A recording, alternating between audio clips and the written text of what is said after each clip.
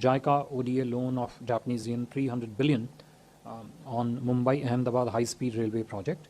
जी हाँ, जापान अब भारत को E5 और E3 सीरीज की शिंकानसेन ट्रेनें बिल्कुल मुफ्त में देने जा रहा है। यह है इंडो जापान स्ट्रेटेजिक पार्टनरशिप। चीन की बेचैनी और अमेरिका की चौंकाहट की पूरी हमको समझना चाहिए कि हम इतने इंडिया के इतना ज्यादा ऑब्सेशन भी नहीं होने चाहिए कि हिंदुस्तान वहां प्रेजेंट है तो हम वहां पे हमारे लिए सारा जो है खतरा ही खतरा है। उसी 2 घंटे में 500 किलोमीटर अहमदाबाद जो गुजरात का कैपिटल है, कैपिटल मुंबई से उस पे जापान ने क्या किया है? जापान ने उनको $17 बिलियन का कर्जा दिया है। घोड़े किधर गए? अब गाड़ियां हैं, मोटरसाइकिल है, फलाना आइटम खाना। मैं 50,000 चीजों की मिसालें देता हूँ। जापान की तो जापान का जो ताल्लुक है इंडिया के साथ, जो रिश्ता है वो कदीम पुराना नजर आता है। एक तो E3 और E5 जो शिनकानसेन ट्रेन्स हैं वो 2 फ्री मिलने वाली हैं इंडिया को। एयर ट्रैवल तो सब करते ही रहते हैं, ये तो ह्यूमंस के लिए एयर ट्रैवल एक पुरानी बात हो जाएगी। ये अब होगा, लोग कहेंगे ऊपर क्या नजर आना है। पाकिस्तान इंडिया का रोल किस हद तक एक्सेप्टेबल अपने लिए समझ लिया? हमारे कहने पे इंडिया ने चले तो नहीं जाना, लेकिन दिया और 5 सालों में जापान ही बना के उनको देगा। हमने कितना लिया क्लास? हमने यहाँ पे जो चाइना से हमारे सिपाही के तहत ये कर्जे आ रहे हैं वो जनाब हमारे वो ले रहे हैं। उसका लंदन जो उनका ट्रेन का कभी को तस्वुर था? वक्त बदलता रहता है। एक जमाने में प्रिंटिंग प्रेस ने वाला था कि जब आप मुंबई से अहमदाबाद की बात करनी थी तो मैंने कहा आपको ये भी आपने खुद ही बता दिया। टूरिज्म इंडिया होता है, मुंबई जाते हैं लोग देखने, सेलिब्रिटीज, एक्टर्स, हॉलीवुड, कौन कौन पॉलिटिशियंस और कौन कौन नहीं जाता। जय हिंद दोस्तों, ऐसे भारत मीडिया में आप सभी का स्वागत है। दोस्तों, जापान भारत को दोस्ती का तोहफा दे रहा है, भारत के अंदर बुलेट ट्रेन बनाने का तोहफा दे रहा है, जिसको लेकर पाकिस्तान मीडिया में काफी ज्यादा चर्चा का विषय बना हुआ है। दरअसल जापान ने 2 शिकानसेन ट्रेन सेट दे रहा है। दरअसल इन ट्रेनों का इस्तेमाल Mumbai Ahmedabad high speed rail corridor के निरीक्षण के लिए होगा और ये 2 ट्रेन भारत के अंदर 2026 की शुरुआत तक पहुंच जाएगा और इन ट्रेनों से भारतीय इंजीनियर और शिकानसेन के तकनीक को समझने में मदद मिलेगा, जिसे देखकर पाकिस्तान के मीडिया के एक्सपर्ट भी अब बोलना चालू कर दिए हैं कि देखो भारत की तरफ अब भारत में बुलेट ट्रेन बनने वाला है और जापान ये 2 ट्रेन फ्री में देने वाला है। लेकिन हमारे पाकिस्तान के अंदर इस प्रकार की तकनीक कब आएगा? आप लोग दोस्तों वीडियो के हाईलाइट में देखे होंगे किस प्रकार पाकिस्तान का मीडिया भी अब बिलबिला रहे हैं और भारत के अंदर बुलेट ट्रेन प्रोजेक्ट के लिए पुल बनाने का काम भी चालू हो गया है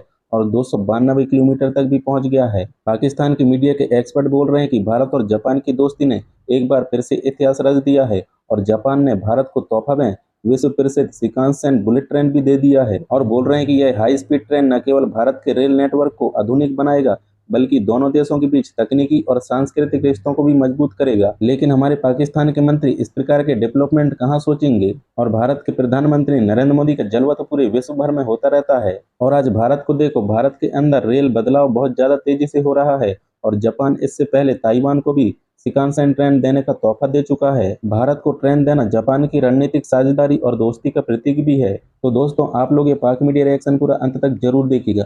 पाकिस्तान मीडिया से क्या प्रतिक्रिया था और कमेंट में अपना राय लिख के जरूर शेयर करना। भारत की दोस्ती की बात की जाए बाकी तमाम मालिकों से, चाहे आप मुस्लिम कंट्रीज़ की बात करें, गल्फ कंट्रीज़ की बात करें, अमेरिका की बात करें, रशिया की बात करें, इसराइल की बात करें, पाकिस्तान की बात करें, तो India top of the list नजर आता है।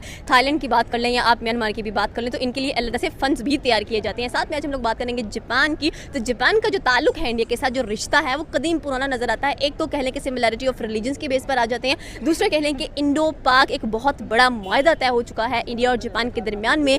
वो ये है कि E3 और E5 जो शिनकानसेन ट्रेन्स हैं वो 2 फ्री मिलने वाली हैं इंडिया को। हर मुल्क की कोशिश होती है कि स्पेशली जो उस कंट्री में रहने वाली आवाम है उसको ज़्यादा से ज़्यादा जो है वो बेनिफिट दिया जाए, फ़ायदा पहुंचाया जाए। अभी रिसेंटली मैं देख रहा था जापान ने एक इंटरनेट का भी जो है वो रिकॉर्ड ब्रेक किया है और कहा यह जा रहा है कि 1 सेकंड के अंदर जो है वो तकरीबन कोई 12,500 मूवीज़ जो है आप HD क्वालिटी के अंदर डाउनलोड कर सकते हैं। ये जापान ने एक नया इंटरनेट में जो है वो किया है। तो मैं समझता हूँ कि जब इस तरह की कंट्रीज़ कुछ अचीव करती हैं तो स्पेशली जो मेजर स्टेक होल्डर होते हैं वो कंट्रीज़ जिनके उनके साथ डायरेक्ट कोई ना कोई मरासम होते हैं, कोई ना कोई ताल्लुकात चल रहे होते हैं, वो किसी मुआहदे की सूरत में हो सकते हैं, कोई एग्रीमेंट हो सकता है, कोई भी चीज़ जो 2 कंट्रीज़ को आपस में मिलाती है किसी ट्रेड की सूरत में हो सकते हैं। तो दूसरी कंट्री ये चाहती है कि वो टेक्नोलॉजी जल्द से जल्द हमारी भी कंट्री अवेल करें, हमारी भी कंट्री के लोग अवेल करें। ये इसी तरह विन विन सिचुएशन, कुछ आप अपने एंड से देते हैं, कुछ दूसरे एंड से टेक्नोलॉजी वगैरह ले रहे होते हैं, तो उससे कहीं ना कहीं ताल्लुकात जो है वो बेहतर हो रहे होते हैं। अभी आपने इंडिया की बात की, इंडिया अगर ट्रेन जो है वो जापान से ले रहा है तो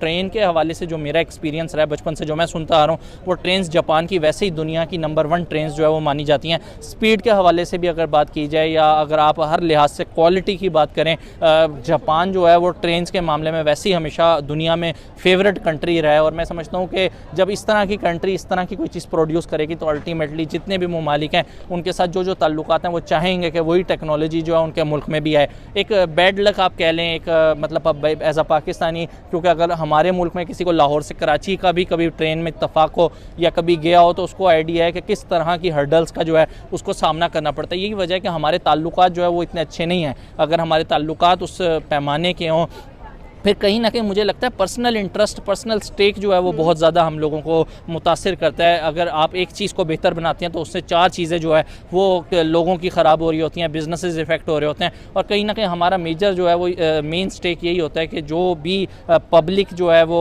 पब्लिक के फ़ायदे के लिए जो करना है उसकी तरफ हमारी जो हुकूमत है वो उस तरह से वर्कआउट नहीं करती, बल्कि जो मेन इन्वेस्टर्स होते हैं, जो इन्वेस्टमेंट आ रही होती है, जो मेन की प्लेयर होते हैं, उनकी बात को अहमियत दी जा रही होती है। और अल्टीमेटली वो यही चाहेंगे कि हमारे मुल्क में जो बेनिफिट है वो उस चीज़ का ज़्यादा हो। यही वजह है कि लाहौर से कराची आज भी जो है वो 17 से 18 घंटे, और अगर बात की जाए तो 20 घंटे भी अक्सर जो है वो आपको लग जाते हैं लाहौर से कराची के सफ़र के लिए। सर आपकी बात बिल्कुल सही है। हम जैसे कि मैंने बात की कि मुंबई से अहमदाबाद ऑलरेडी बुलेट ट्रेन का कह लें कि एक सिस्टम तैयार हो चुका है, उस पर वर्कआउट होना भी स्टार्ट हो चुका है। इनफैक्ट दुबई भी इंडिया के साथ मिलकर बुलेट ट्रेन बनाने वाला है जो कि मुंबई से दुबई सिर्फ आपको 2 घंटे में पहुँचाने वाली है। तो इंडिया, मैं इसी तरफ ही आने वाला था कि जब आप मुंबई से अहमदाबाद की बात करनी थी तो मैंने कहा आपको ये भी आपने खुद ही बता दिया। मैं समझता हूँ कि मुंबई टू दुबई जिस तरीके से ट्रेन का सफ़र है 2 घंटे के अंदर, इस तरह के प्रोजेक्ट जो है वो हमारी कंट्री के अंदर भी होने चाहिए। हमारी कंट्री के लोगों को भी जो है चीप रेट के अंदर जो है इस तरह की अपॉर्चुनिटी प्रोवाइड होनी चाहिए कि आप एक कम टाइम के अंदर जो है वो लाहौर से कराची, इवन के ज़्यादा लाहौर से कराची इस वजह से कहा जाता है कि बहुत ज़्यादा ट्रैवल जो है वो या कराची से लोग लाहौर कर रहे होते हैं, लाहौर से कराची कर रहे होते हैं। तो वो जैसे India, Europe and Arab UAE corridor है ना, वो कह रहे हैं ये अंडर वाटर सी कॉरिडोर जो है उससे पहले बन जाएगा। अच्छा, फिर इसमें हाई स्पीड ट्रेन्स जो हैं वो चलेंगी, पावर हाई स्पीड ट्रेन्स इसके अंदर चलेंगी। और इम्प्लीकेशंस अगर आप इसकी देखें तो एक और बड़ी अच्छी बात जो कि भारत की हर उसके अंदर हम देखते होती है, वो क्या है, वो ये है कि जो एयर ट्रैवल से पोल्यूशन है वो भी कम हो जाएगी। जैसे कि आप देखें ना कि जो कार्बन फुटप्रिंट है कनेक्टेड टू एयर ट्रैवल वो कम हो जाएंगे, अंडर वाटर सी जो है वो हो जाएगा, उसमें आपको पोल्यूशन कम होगी।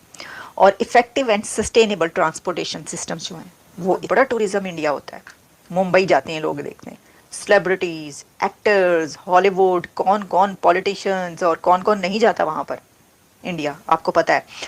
तो वो सिर्फ वहाँ पर नहीं जाएंगे, वो अब तो लोग इंडिया इसलिए जाया करेंगे कि उधर से हम ज़रा अंडर वाटर ट्रेन में बैठेंगे, अंडर सी ट्रेन में बैठेंगे। सी एयर ट्रैवल तो पुरानी बात हो जाएगी ना, एयर ट्रैवल तो सब करते ही रहते हैं, ये तो ह्यूमंस के लिए एयर ट्रैवल एक पुरानी बात हो जाएगी। ये अब होगा, लोग कहेंगे ऊपर क्या नज़र आना है, ऊपर हम क्या देखते हैं, जो नज़ारे हम अंडर सी देखेंगे, हम तो सी वर्ल्ड देखते हुए जाएंगे।